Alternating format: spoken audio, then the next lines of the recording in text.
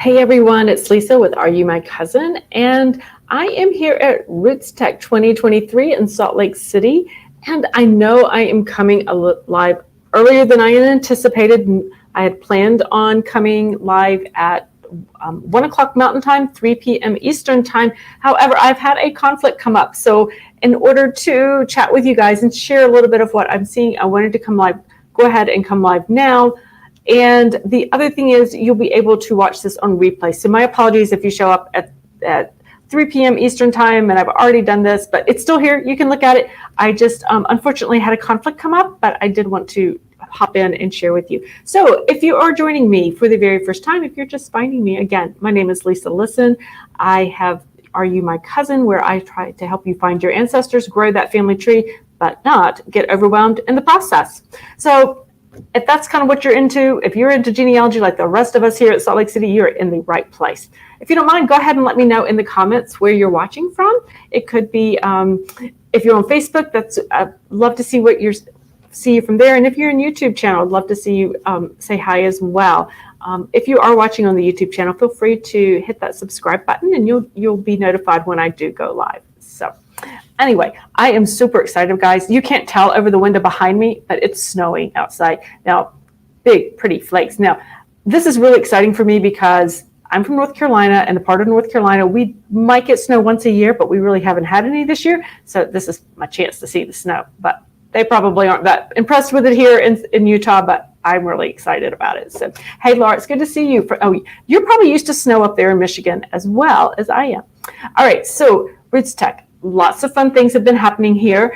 And so I spent some more time hanging out in the exhibit hall, talking with people, but I also did a little bit of exploration at the virtual side of things as well, because you as researchers, I know many of you, if not the majority of you, are not here in Salt Lake. You're doing the virtual RootsTech.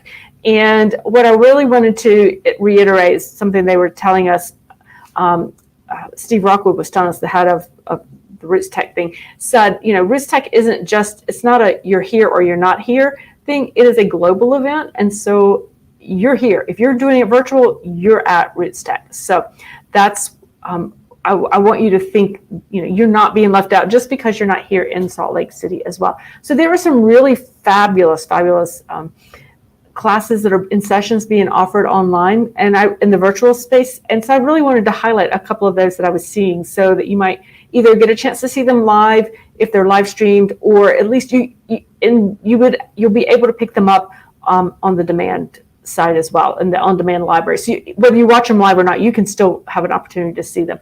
So hang on. So Stephanie, she's in rainy, windy Kentucky. Oh dear, tornado watch. Oh dear. Yes, those can be quite frightening because we get those in our area too. And Dan's in Minnesota, where you have had more snow than you need. I am sure you have. Snow like this, where I'm from in North Carolina, would probably shut us down for the day, but we'd be excited about it at the same time. So anyway, so if you are doing the virtual, what I want you, there are a couple of things I really wanted to point out to you, and I'm going to look at my notes here too to make sure I get it right. So Melissa Barker, the archive lady, she did a presentation on preserving textiles and handmade treasures. If you didn't get a chance to catch that live, you definitely want to catch that on the replay. Melissa is not only is she a genealogy researcher, she is also a trained archivist. And so she knows her stuff. This is who I go to when I have questions about how do I preserve something? How do I, how do I store my grandmother's, hat that I have? How do I best store this photograph? Those kinds of things. Melissa knows her stuff, and she's somebody that you would want to check out at.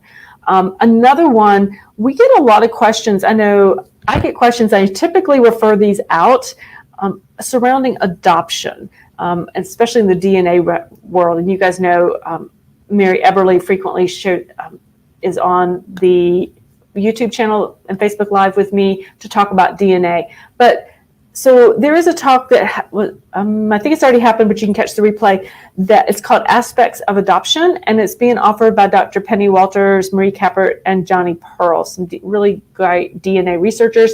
And I think that as a team, they have so many insights to offer. So if you are researching adoption, I highly recommend that you go back and look at that particular session as well, because it's a fabulous session. And I have to give a shout out to my fellow researcher and North Carolinian, Diane Richard. So if you are researching North Carolina ancestors, do you have Tar Heel ancestors? You definitely want to check out Diane's video or session on researching in North Carolina, because we have amazing genealogy resources online for the North Carolina researcher. So you definitely want to check hers out. And Diane, if you see this, I'll try to bring some snow back for us. Also, another one that you might want to check, certainly, Lisa Louise Cook is doing some presentations as well. She is the creator of Genealogy Gems podcast, and fabulous. And she is doing one today on Family Searches Wiki and how to use the Family Searches Wiki to get the most out of it. And you guys know that I love to use the Family Search Wiki. I've talked about it in previous videos and blog posts, and actually one coming up. But I would encourage you to tune into Lisa's as well, because she's got some really great insights into using Family Search Wiki.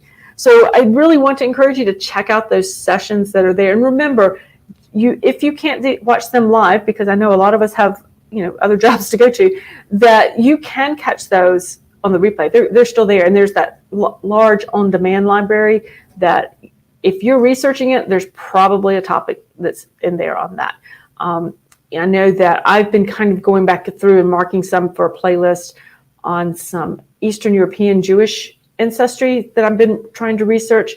And then, of course, I'm oftentimes making a playlist. I keep adding to it for the Irish genealogy research, because that is an area that it's not my strong point, but I have some Irish ancestry that I'm trying to sort out. So as soon as I get off, I'll go back and look and see what's there, and I create that playlist. So when I get back home, when I sit down to do my research and start looking at that ancestor, I can do some education, I can watch some seminars, and then I can actually go ahead and apply it directly. That's one of the beauties of the on-demand library, and the fact that these classes are going to be around long after RootsTech is over, because it allows us to watch something and then apply it immediately when we have time, so that we're not getting so overwhelmed watching.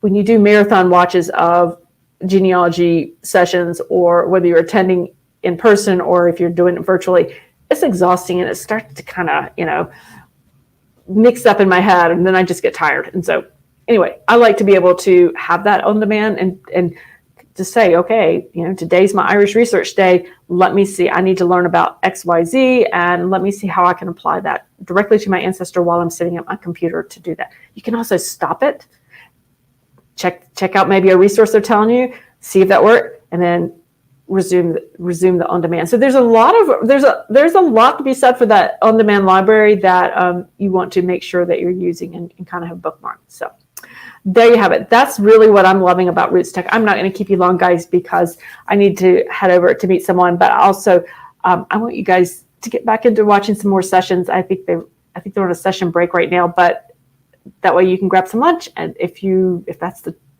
I'm all messed up on my time periods. I'll just say it. I'm not sure what time. I keep having moments of panic when I look at one thing that hasn't changed to Mountain Time, and I'm still on Eastern Time, and I'm just mixed up time-wise. But anyway, grab a snack, grab something to drink, and you can get back to watching more genealogy seminars.